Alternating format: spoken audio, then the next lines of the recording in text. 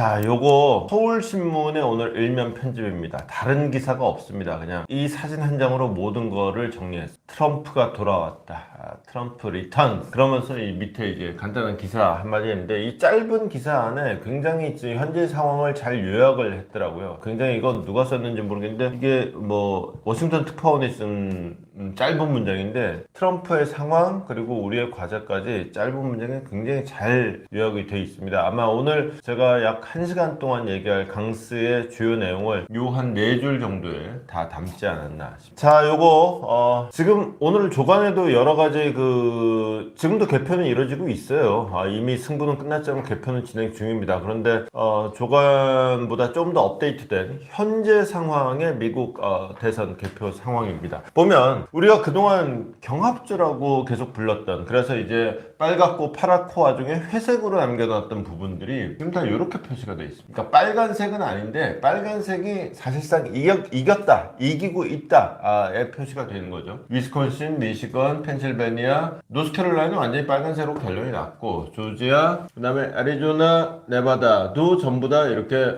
빨간색은 아니더라도 핑크, 사실상 빨간색이 이겼다. 뭐 7개 중에서 몇 개를 뭐 해리스가 가져가고 몇 개를 트럼프가 가져가냐, 뭐 여기에 따라서 경우의 수를 따지고 그러는데, 경우의 수는 개뿔 다 트럼프가 가졌다. 그래서 승부는 의외로 싱겁게 끝났다. 샤이 트럼프 표심을 또 여론조사 기관들은 놓쳤다. 근데 샤이 트럼프라는 말 자체가 제가 보기에는 이거는 그냥 여론조사 회사들 그리고 언론사의 바이어스가 강하게 개입된 것 같아요. 지난번에도 한번 말씀을 드렸었는데, 기본적으로 먹물이라는 사람들이 트럼프를 싫어해요. 여러 가지 이유가 있는데, 첫 번째, 우리가 도덕책에서 배운 관념으로 생각하면은 정말 이런 사람은 잘 되면 안 돼야 되는 사람의 거의 전형적인 케이스가 이제 트럼프인데, 이런 사람이 잘 되는 케이스인 거죠. 그런 어떤 거부감. 그 다음에 우리가 이른바 먹물이라고 하는 게 political correctness라고 하는 이런 관점에서 봤을 때 해서는 안 되는 일들을 주구장창하고 사는 사람이 또 동시에 트럼프라는 거죠. 이거를 미국인들이 선택한 이유는 무엇이냐?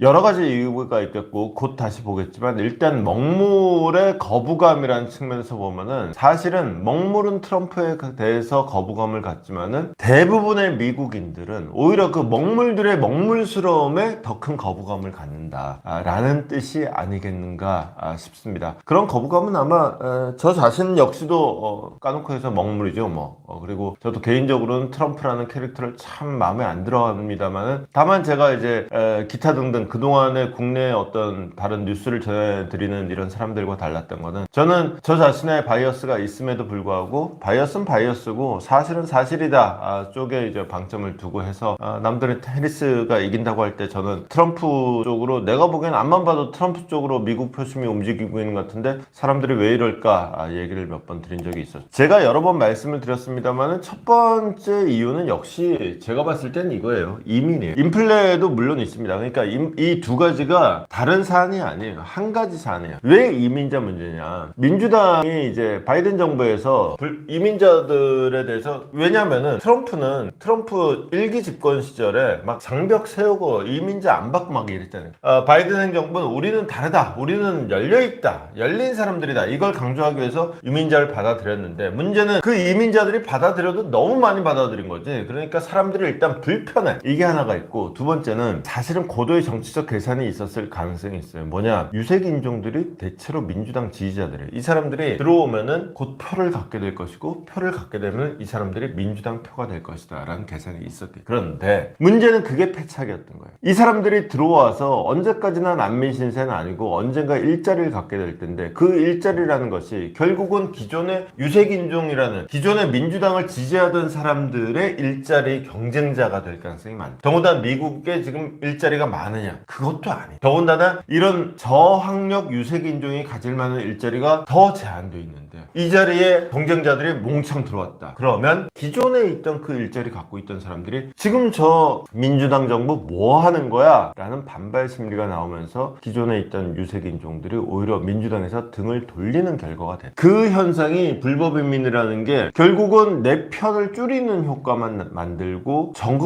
적을 많이 만들고 논리는 좋지. 미국은 열려있는 나라야. 그리고 사람은 누구나 평등해. 모두에게 문호는 개방돼 있어. 멋지지. 근데 그런 이념은 관심 없어. 현실 생활에서는 결국 나의 일자리를 빼앗기는, 내 자리를 갑자기 어제까지 없던 놈들이 갑자기 나타나서 내 자리를 뺏는다. 이게 뭐야? 화난다. 이 표심으로 이어질 수밖에 없었다. 이게 가장 큰 거였다. 막판에 낙태권 어쩌고 저쩌고 뭐냐? 그거는 그냥 뜬구름이었다. 있긴 있었겠죠. 근데 낙태권이라는 거는 어떤 그 찬성론자들과 반대론자들이 팽팽합니다. 그러니까 이게 이슈가 되면은 찬성론자들을 결집하는 효과도 있겠지만 반대론자들을 더욱더 결집시키는 효과도 있는 거예요. 그러니까 뜨거운 이슈라는 게 이렇게 양날의 칼이 있어요. 뜨거운 이슈를 선점할 때는 많은 쪽을 택하는 게 그래서 유리한 셈이 되는 거죠. 어쨌거나 해리스 같은 경우에는 또 하나의 이유는 궁극적으로는 여성이라는 거. 여자가 여자표를 얻기가 쉽지가 않아요. 우리나라도 마찬가지고 미국도 마찬가지고. 특히나 해리스가 살아온 인생이 일반적인 여자의 인생이 아니에요. 지난번에 힐러리 클린턴도 그랬고 이번에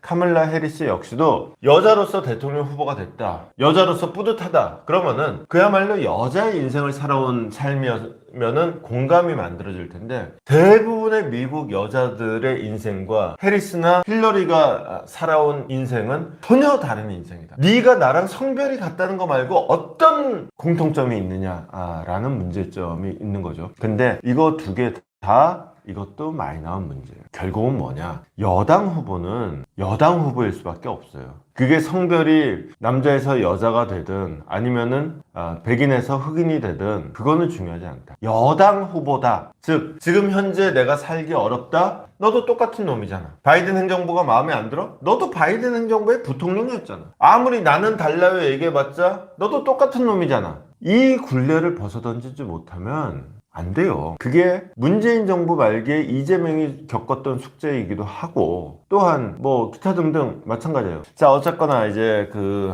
트럼프라는 인물은 왜 먹물들이 싫어하느냐 이런 막말 싫어하고요. 성추문 혐오하고요. 그 다음에 탄핵 소추를 당할 정도로 명색이 공직자라고 하는 사람이 그 중에서도 대통령이라고 하는 사람이 법을 안 지켜 탄핵 소추를 당해요. 심지어 대선 불복이라니 이건 민주정치의 기본이 안 돼 있는 인간인데 이런 인간은 어떻게 대통령을 시키냐 이게 이제 이른바 먹물들의 생각인 거죠. 근데 국민들은 그것이 중요한 것이 아니요 이렇게 되는 거죠. 다시 백악관으로 보내게 됐다. 그러면은 그동안 걸려있던 탄핵소추 대선 불복 이거 기소된 거 어떡할 거냐. 일단 지금 재판이 진행 중인 거는 그냥 유야무야 될 것 같다. 그 다음에 판결이 나오는 거는 판결이 나오면 스스로 사면하면 된다. 셀프 사면하면 된다. 사실 이것도 말이 안 되죠. 이것도 도덕적으로 말이 안 되는 건데 일단 권력을 잡고 나면은 어쩔 수 없는 또 이런 현상도 있는 거죠. 결국은 그동안 이제 사법 리스크라는 게 트럼프의 발목을 잡았지만 높은 여론이 그 사법 리스크를 그리고 미국의 특별한 또 사법 제도가 이 사법 절차를 굉장히 늦춰놨던 것도 또 하나의 이유가 되겠어요. 도대체 지난 4년 전에 대선 불복 사건인데 아직도 결론도 안 나 있어요. 이런 상황이 이제 그 말하자면은 범법자를 다시 백악관의 주인으로 만들어주는 결과가 되겠는데 어쨌거나 미국의 시민들도 이게 범법자라는 걸 다 알면서 한 선택이기 때문에 뭐 어차피 모르고 한 선택이 아니라면은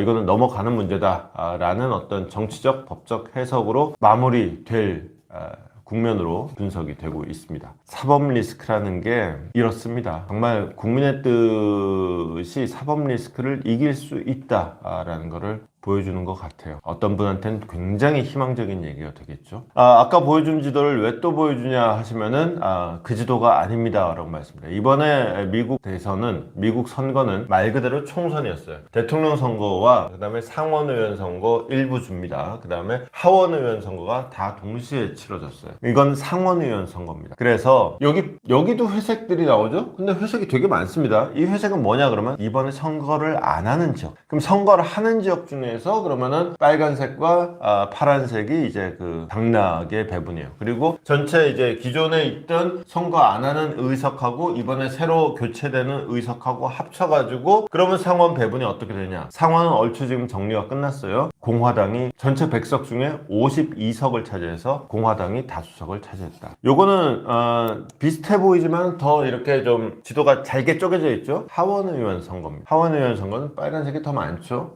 그리고 이거는 회색이 없어서 그래요. 하원의원 선거는 전부 다 치러졌기 때문에. 요건 지금 아직도 개표가 덜 끝나긴 했는데 요것도 공화당이 다수석을 차지할 가능성이 큰 것으로 지금 나오고 있어요. 이렇게 되면은 8년 만에 대통령, 상원, 하원 3개를 다 독식하는, 우리로 치자면은 이제 대통령이 속한 집권 여당이 국회 과반 의석을 차지하는 이런 모양새가 된 거죠. 이게 전 세계적으로 그런 케이스가 이제는, 옛날에는 당연한 것처럼 보였지만 이제는 그런 케이스가 별로 흔치가 않은, 그래서 사실은 어떤 의미에서 대통령제의 좀 약간 약점처럼 꼽히는, 왜냐하면 이게 우리도 늘 보고 있습니다만은 대통령과 국회 다수당의 당적이 바뀌면은 이게 뭐가 제대로 되는 일이 없어요. 미국도 지금 이제 만약에 이번에 해리스가 됐으면은, 그리고 상원 하원을 공화당이 장악했으면 이제 해리스도 그냥 대통령이긴 한데 이제 마음대로 할 수 있는 일은 하나도 없는 이런 상황에 직면할 가능성이 컸던 거죠. 어쨌거나 공화당으로서는, 트럼프로서는 트리플 크라운이라는 이렇게 멋진 이름의 대권과 상원 하원을 모두 장악함으로써 이제 못할 일이 없다, 겁날 일이 없다 까지 지금 상황을 만들어냈습니다. 이렇게 상원 하원을 얘기하다 보면은 이분 얘기는 한번 하고 넘어가야죠. 한국계 하원의원이었습니다, 얼마 전까지. 근데 이번에 하원의원을 갖고 있으면서 그 자리에 상원의원 자리가 비게 됐어요. 원래 그 상원의원이 민주당 소속이었는데 그 뇌물 받은 게 걸렸어요. 그래서 이 양반이 이제 공천을 못 받게 됐거든요. 그래서 내가 나가겠다 이렇게 된 거예요. 근데 이 양반이 그 하는 과정에, 원래는 이 양반이 이제 이민자 출신이고 초등학교 때는 영어를 못 해가지고 보충 수업을 받아야 될 정도로 이민 1.5세대라고 그래야 되나? 엄마 아빠를 따라가는 거니까 이런 경우는 1.5세대라고 하죠. 그러니까 어릴 때는 영어를 못해서 고민했는데 이제 계속 공부를 열심히 해서 이제 그 국제문제 전문가가 됐어요. 그래서 오바마의 외교안보 참모 역할을 하다가 그다음에 트럼프 집권 이후에 하원의원에 도전해서 하원의원이 됐어요. 그래서 한국계 하원의원이 이제 다시 등장했다 그러면서 우리 국내 뉴스에도 주목받았었는데, 그러다가 트럼프가 물러나고 4년 전에 의회 난동 때, 그때 혼자 묵묵히, 그것도 심지어 새벽에 아무도 안 볼 때 의사당을 청소하는 모습이 언론 카메라에 딱, 이게 굉장히 인상적으로 남으면서 전국구 인물이 됐고, 그걸 바탕으로 이제 상원의원회까지 당선이 되는 케이스입니다. 이 양반 같은 경우는 사실은 뉴저지 주면은, 아까 뉴저지가 이 지도를 보면은 요거는 이제 상하원이라서 좀 그렇긴 한데 대선이랑 비슷한 게 이제 상원이에요. 뉴저지가 여기입니다. 그래서 그냥 기본적으로 그냥 민주당 세요. 공천만 받으면은 되는 쪽이었는데 어쨌거나 그런 곳일수록 공천 받기가 어렵죠. 특히나 한국계가 120년 한국의 미국 이민 역사에 새 역사를 쓰게 됐다. 어쨌거나 이거는 축하드릴 일입니다. 일단 트럼프가 당선되자마자 제가 그 말씀을 드렸었죠. 너는 왜 트럼프를 싫어하니? 라는 질문에 제가 답을 드리면서 여러분들은 왜 트럼프를 좋아하세요? 그랬더니 저한테 제일 와닿는 대답은, 저는 비트코인을 갖고 있거든요.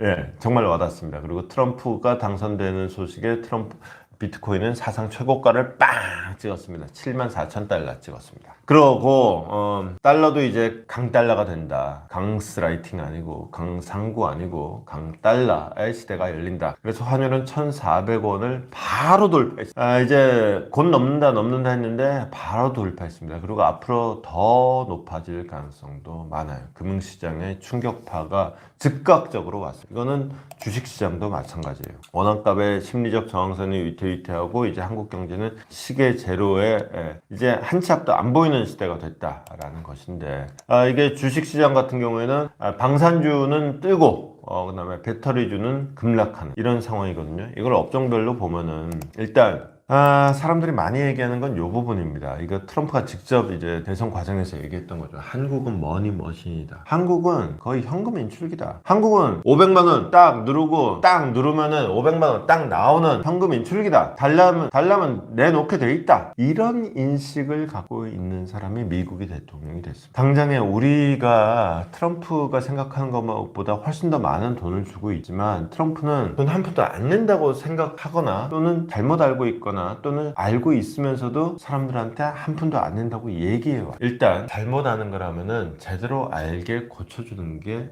급선무일 테고, 알고도 그러는 거라면은 더 받으려고 지금 수 쓰는 거죠. 트럼프는 예전부터, 트럼프가 오늘의 트럼프가 있기까지는 수많은 협상을 거쳐. 그리고 협상은 트럼프의 그 어린 시절을 다룬 다큐멘터리를 보면은 트럼프의 협상 과정은 뻔합니다. 정말 북한의 협상 과정하고 비슷해요. 말도 안 되는 욕을 빵 던집니다. 그러고는 안 하면 때려쳐. 난 아쉬울 거 없어 라는 자세를 보이는 거예요. 우리한테도 똑같은, 우리가 미국하고 함께 피 흘린 혈맹이에요. 근데 트럼프한테는 그런 인식이 전혀 없어요. 트럼프한테 한국은 그저 돈 먹는 하마다, 미국의 안보에 한국이 도움 주는 게 있다고 생각하지 않아요. 그저 한국의 안보에 미국이 도움을 주고, 이 인식을 바꿔놓는 게 가장 급합니다. 한국이란 나라가 미국의 안보에 어떤 도움을 주는지를 확실하게 인지하는 게 중요하다. 다만 이 과정에서 한국이란 나라가 미국의 안보에 도움을 준다라고 했을 때 몇 가지 생각할 수 있는 게 있죠. 첫 번째는 북한이에요. 한국이 있으니까 북한이 사고 안 치고 얌전히, 그 점에서 한국을 도와줘야 된다라는 첫 번째 논리가 있는데, 그거는 딱 트럼프가 대응할 논리가 있어요. 북한? 내가 직접 상대하면 되지. 북한을 이유 한국이 우리가 미국 당신들한테 안보에 도움이 되는 나라입니다. 우리랑 동맹하면 당신들한테 이익이요 라고 얘기할 가장 큰 명분이 북한인데, 그 북한에 대해서는 트럼프의 인식은 그걸 왜 한국하고 얘기를 해? 내가 김정은하고 얘기하면 되는데 나 김정은이랑 엄청 친해. 이렇게 돼 있단 말이야. 김정은이 핵? 야, 뭔 비핵화야. 걔들이 핵보유국이 된 지가 언젠데. 오히려 걔들한테 지금 중요한 거는 핵을 일단 개수를 줄여. 그 다음에 지금 걔들을 아직도 미국까지 미사일 못 쏴. 한국한테 쏘는 그건 뭐 쏘든지 말든지. 이런 인식, 이거를 고치는 게 중요하다. 그러면은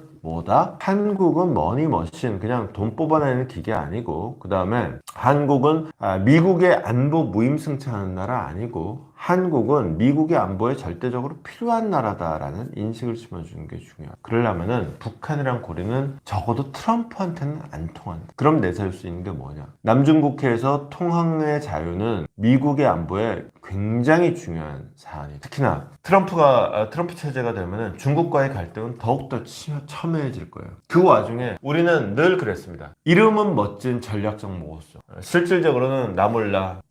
그 입장 곤란하게 입장 곤란하게가 아니라 이 자리에서 대의 명분에 따라서, 그리고 국익에 따라서 중국하고 싸워? 내가 먼저 싸워줄게. 남중국해에서 저 군사분쟁이 일어날까봐 니네 또 뭐 또 미국에서 항공모함을 보내고 그래. 우리가 일단 이지스함 몇 척 보낼 테니까 니네 천천히 와. 이게 있으면은 미국의 관심사는 글로벌이죠. 작은 한반도가 아니에요. 글로벌한 입장에서 한국의 역할이라는 게 생기는 거죠. 글로벌한 입장에서 한국은 역할을 해왔습니다. 파병도 여러 군데 했어요. 그런데 파병이라는 게 제일 조건, 비전투병. 병사들이 총 들고 싸우는 병사들이 아니라 의료상자 들고 뛰는 위생병들이야. 이거를 진정한 혈맹이라고 할 수 있는 거야. 전 세계 분쟁 지역에서 미국과 호흡을 같이 하면서 이건 글로벌한 파트너다 라는 인식을 주지 않으면 단지 북한만을 컨트롤하는 파트너로서 한국의 입장은 적어도 트럼프의 세상에서는 안 먹히는 얘기다. 글로벌 파트너로서의 한국의 역할을 확립해야 된다. 이게 기본 관점이라는 거죠. 플러스 이제 그걸 확립하고 나면은 이제 마음대로 못합니다. 물론 이제 우리가 지금 트럼프에 대해서 많은 걱정을 하는 대다수는 선거 과정에서 했던 트럼프의 행동들이에요. 물론 일기 때 했던 행동들도 있습니다만, 선거 과정에서 트럼프가 하는 공식적인 언급들과 트럼프의 참모들이 하는 언급들은 또 달랐어요. 그러니까 트럼프의 참모들은 한국 측에다가 계속해서 메시지를 보내는 게 일기 때와는 다르다. 이제 정돈돼 있다. 막 나가지 않을 거다라는 메시지를 한국 쪽에 계속 보내왔죠. 자, 어느 게 진실인지는 모릅니다. 그런데 심지어 우리가 동맹이라고 얘기한다면, 미국을 향해서 어떻게 동맹이 우리한테 이러니? 라고 얘기할 수 있어요. 그러나 그 이전에 미국의 입장에서는 어떨까? 우리는 과연 동맹으로서 어떤 역할을 해왔던가? 실제로 트럼프가 얘기하는 것처럼 안보 무임승차하지 않았던가? 이 부분에 대해서도 생각해 볼 시기가 왔다. 이제 계속해서 안보 무임승차 하려는 생각을 한다면 둘이 짝짝꿍해서 우리 빼놓고 자기들끼리 마음대로 우리의 운명을 결정한다 그래도 우리는 할 말이 없어지는 거다. 어떻게 하면 미국이 우리를 빼고 김정은과 직거래하는 상황을 막을지를 논의하는 말씀이었습니다. 제 아이디어입니다. 근데 실제로 많은 안보 전문가들이 하는 이야기이기도 합니다. 트럼프가 이제 윤석열 대통령한테 전화를 했습니다. 일본보다 먼저 했어요. 어제 이제 그 댓글에서도 읽어드렸지만은 아소다로는 진작에 4월달에 일찌감치 대통령 만나갖고 일본은 그렇게 공들이는데 우리는 그렇게 공들인 사람도 없었고 했는데 그래도 트럼프가 일본보다도 한국에 먼저 전화를 했다는 의미가 있죠. 그리고 내용을 봐도 그 어느 나라든지 그 통하잖아요. 그냥 기본적으로 이제 상견례고 그냥 그 나라 그 사람을 만나면 의례껏 하는 얘기들이 있죠. 한국을 얘기하면은 뭐 당연히 뭐 북한 어떠냐, 김정은 어떠냐 뭐 요 정도 얘기할 줄 알았는데 트럼프가 확실히 일반인보다 관심도가 본인이 꽂혀 있는 쪽에 확실히 꽂혀 있어. 뭐 한국이 방위비 분담금 한 푼도 안 낸다 그러고 쟤는 너무 몰라 뭐 이런 식의 모르는 거 아닙니다. 알면서도 그렇게 얘기하는 그게 트럼프식 협상의 기술이에요. 트럼프 다 알아요. 그리고 지금 문제의 핵심 제가 어제 말씀드렸죠. 방위비 분담금을 더 내고 말고의 문제가 아니다. 정말로 한국이 무임승차가 아니라 한국이 미국에 꼭 필요한 나라라는 것을 보여주는 게 핵심이다. 그리고 트럼프가 스스로 알려준 거예요. 한국이 미국에 어떻게 필요한지를 보여줄 수 있는 대목이 바로 이거다. 무슨 말이냐면 이 기사를 보고 많은 신문들이 제가 이걸 신문 이름을 얘기를 하면은 이 신문을 마치 비하하는 것처럼 보일까봐 이런 측면이 없는 것도 아니에요. 근데 이제 제가 보이는 포인트는 이거는 포인트가 아니라고 생각하는 건데 조선업이라는 게 기본적으로 좀 고용 창출이 많이 되고 그렇게 하니까 미국에다가 조선소 좀 짓고 이렇게 좀 해라. 그래서 미국 조선 산업을 살려라 라는 취지로 이해하는 목소리가 많은 반면 저는 이제 이쪽 관점에 방점을 찍는 거죠. MRO라는 단어 일반적인 대한민국 국민 중에 MRO라는 단어를 땄고 이게 무슨 말인지 아는 사람은 별로 없겠지만은 강스라이팅을 시청하는 여러분들 중에서는 MRO라는 단어를 딱 들으면 오 드디어 왔어. 이게 이제 드디어 MRO의 시대가 왔구나 라고 느끼실. 그리고 간간히 강스라이팅을 시청하시는 분들한테는 MRO 저거 강상구가 가끔 얘기하던 건데 저 뭐였더라 싶은 정도 수준이겠죠. 다시 한번 기억을 상기시켜드리면 제가 자주 말씀드리는 게 하나오션이 그 첫 번째로 미국의 필리조선소를 샀어요. 미국의 함정은 미국 안에서만 만들 수 있고 미국 안에서만 고칠 수 있어요. 즉 미국의 함정이라는 게 지금 그거 좀 이따 그 얘기를 할 건데 그래서 미국 함정을 수리할 수 있는 협정을 맺었는데 그게 MRO예요. 이게 근데 시장이 어마어마하게 커요. 지금 어떤 상황이냐 모든 대부분의 산업이 그러하듯이 조선 산업 역시도 미국이 잘 나가 대항해 시대였잖아요. 대항해 시대에서 1919년 당시에는 군축협상이라는 게 각국이 갖고 있는 군함의 수를 몇 대 몇으로 맞추자가 1910년대 상황에서 1차 대전 직후에 그 이른바 그 부전협정 이런 거 평화협정 이런 거를 막 맺고 할 때는 서로 간에 군함 개수를 이렇게 대수를 조정할 정도로 군함 대수가 국력의 표상이었던 시절이 있었단 말이에요. 지금도 물론 그렇긴 합니다. 근데 1960년대에 지나가면서 1960년대 우리나라에서는 이제 정주영 회장이 500원짜리 동전에 있는 그 거북선을 들이밀면서 우리는 500년 전부터 철갑선을 만들었는데 지금 우리가 배를 못 만들 게 뭐 있냐 그러면서 모래벌판 사진 보여주고 지금 조선을 수주했다는 거 아니겠어요? 어쨌거나 우리가 그러던 때 미국은 뭘 했냐 조선 산업을 보호하기 위해서 미국 안에서의 항구 이동은 미국 배로만 한다라는 법을 만들어. 근데 이게 당장은 땅 짓고 헤엄치기 완전히 논하는 장사인데 논하는 장사를 하다 보니까 경쟁력이 약화된 거예요. 그래서 미국 조선 산업이 작살이 납니다. 그래서 벌어진 일이 뭐냐 미국 군함이 전 세계를 막 떠돌아다니잖아요. 전략적 전개 그러면서 막 근데 이게 그러다가 고장이 날 거 아니에요. 고장이 나면은 미국 군함은 미국에서만 고쳐야 된다 그래요. 미국까지 가는 데만도 몇 달 걸려. 미국에 딱 그래서 몇 달 걸려서 갔더니만은 지금 수리하러 들어왔어? 줄 서. 딱 봤더니 줄 앞으로 쫙 수리 들어가서 고치는 데만도 1년 반 걸려. 이게 기본적으로 돌아가지가 않는. 그 와중에 지금 중국은 어떡하냐? 중국은 한국이 중국에 모범사를 많이 만들어줬어요. 철강 산업을 어떻게 키워야 될지, 그 다음에 조선 산업을 어떻게 키워야 될지 이걸 다 보고 베껴가지고는 그냥 쫙쫙 만들어냅니다. 그래서 지금 전 세계에 떠다니는 군함 수가 중국이 미국보다 더 많아요. 그래서 오히려 지금 압도적인 다른 어떤 전력들 때문에 미국이 우위에 있다고 하는 거지 딱 군함 수만 놓고 보면 오히려 미국이 앞서고 있는 이런 상황이에요. 물론 항공모함 수라든가 이런 건 좀 질적인 차이는 떠나서 군함 수라는 면에서만 봐. 그러다 보니 이 미국이 이제 힘에 부치는 거죠. 그래서 일단 첫 번째는 군함 수리부터라도 좀 제대로 하자. 여기가 필리조 선수예요. 군함 수리부터 좀 제대로 하자. 이게 하나가 있는 거예요. 그래서 하나오션이 먼저 있고 그다음에 현대도 마찬가지예요. 현대도 이 사업에 같이 뛰어들고 있는 상황입니다. 이렇게 하면 무슨 효과가 있느냐. 일단 미국으로서는 전체 해군력으로 봤을 때 해군력에서 중국의 패권을 내줄 염려가 있는데 그 미국 자체의 전력을 강화하는 효과가 있겠죠. 그게 첫 번째. 그리고 우리로서는 그 전력 강화에 동참함으로 인해서 동맹으로서의 어떤 우위를 다지는 것도 있지만은 플러스 공짜로 하는 거 아니에요. 돈 받고 하는 거예요. 산업으로서의 어떤 새로운 장을 여는 효과도 있어요. 다만 이게 안보 영역으로 가면은 이 부분을 가지고 중앙일보가 이 부분은 기사를 오늘 제일 잘 쓴 기사라고 저는 생각을 하는데 이게 결국은 제가 하고 싶은 얘기예요. 중국 견제에 들어간다. 미국하고 중국하고 붙는 가장 큰 이유 중에 하나가 이제 남중국해에서 항행의 자유, 통항의 자유 거기서 결국 붙는 문제인데 이 미국이 지금 힘이 딸리고 해군력이 딸린다. 한국이 좀 도와달라. 결국은 이 소리로 연결될 수 있다. 다만 이렇게 되면은 첫 번째 좋은 점 방위비가 문제가 아니에요. 정말로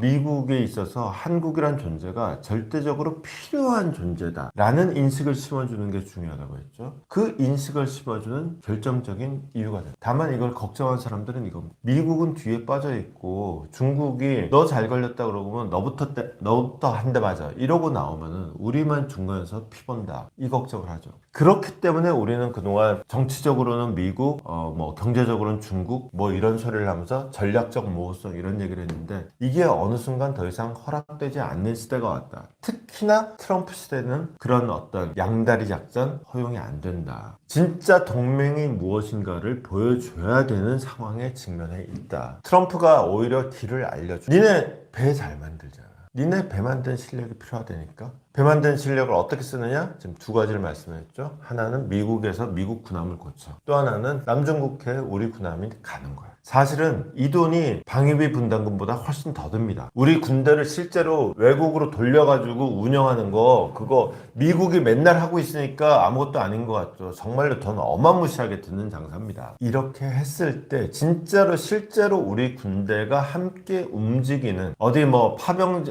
분쟁 지역에 가가지고 저 위생병 노릇하는 거 이거는 파병이라고 말할 수 없어요. 진정한 의미의 파병이 아니에요. 진짜로 같이 총을 들고 있어야지. 여기서 메스 들고 있으면 얘기가 안 되는 거예요. 같이 총을 들고 있어야지 파병이지. 이러고 있을 때 진짜 동맹이 되고 사실 트럼프가 얘기하는 것도 트럼프가 몰라서 방위비 분담금 더 내라는 게 아닐까요? 한국이 방위비 분담금 한 푼도 안 낸다 얘기하니까 트럼프가 뭘 몰라서 그러나 본데 가서 잘 얘기를 해서 우리가 지금 돈을 이만큼 내고 있다고 알려줘야 된다 이런 얘기하는 거 그거는 진짜 트럼프를 모르는 말이에요. 트럼프는 다 알아요. 한국이 돈 내는 거 아는데 한국이 더 할 수 있다는 걸 알고 있고 한국이 얍삽하게 양다리 걸치고 있는 걸 알고 있는데 이걸로 목줄을 탁 들어주고는 다른 거를 받아내겠다. 그 다른 게 이 조선을 매개로 한 결국은 중국 견제에 한국을 동참시키는 것. 그럼 트럼프가 원하는 것이기도 하고 사실은 결국 우리가 해야 되는 일이기도 하고 이 지점에서 함께 생각을 해봐야 된다. 이렇게 되면은 늘 말씀드리지만은 헛다리 잡고 있다. 이 트럼프와 해리스 싸움에서도 대한민국 언론들은 대부분 헛다리 잡았죠. 방위비 분담금 문제에서도 대부분 헛다리 잡고 있는 거예요. 그것이 중요한 것이 아니에요. 트럼프가 모르는 것이 아니에요. 트럼프의 노림수는 정확히 있다. 그리고 그 트럼프의 노림수를 알아야지 우리가 대응할 수 있고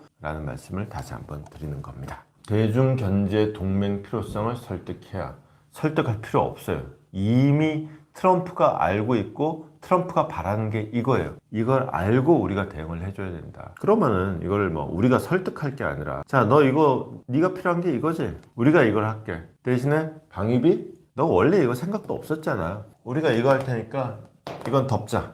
이렇게 돼야죠.